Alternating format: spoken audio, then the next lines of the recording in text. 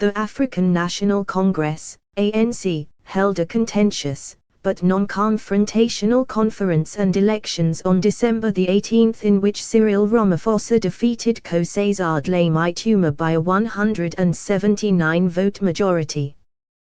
There were no serious contentious issues. It was primarily a choice of personalities, and the election itself is unlikely to lead to any serious internal crisis or changes. This is unlike the December 18, 2007 elections in which then Deputy President Jacob Zuma took on incumbent President Thabo Mbeki. That was a bruising encounter. Ordinarily, Zuma was no favorite to wrest power from Mbeki.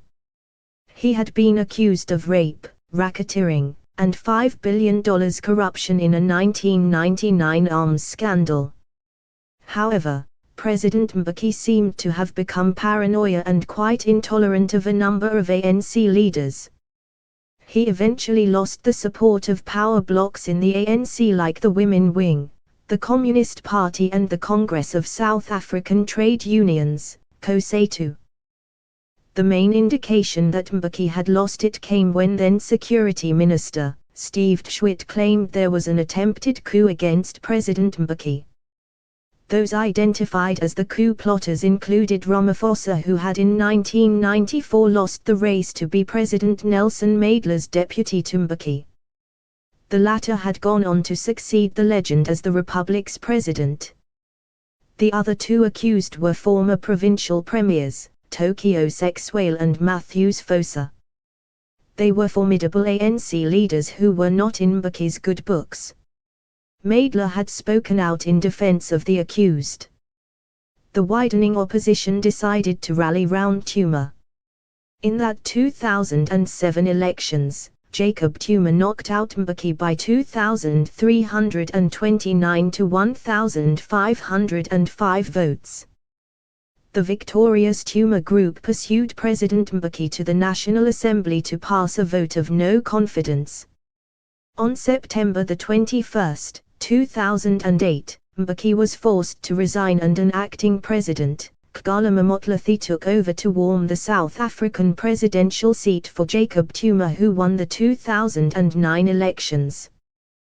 But this week's defeat of Drive Zuma, the president's ex-wife, and the election of Ramaphosa is unlikely to lead to the same path, the forced resignation of President Zuma. The reasons are: first, it was not an election based on conflicts, it was not a sharp divide in the ANC.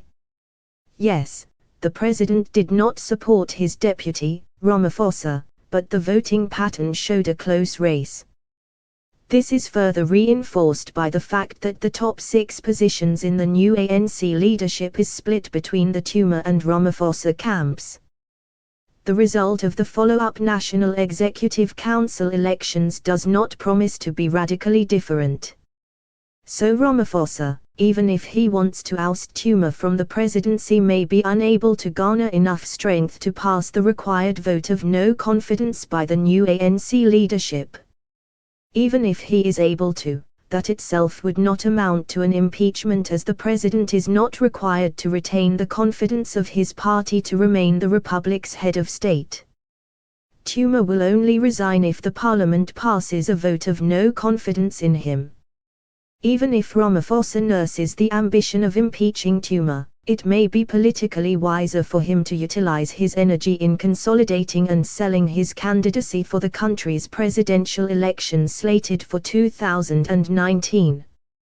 Also, he would need the support of the Zuma camp to comfortably win that election.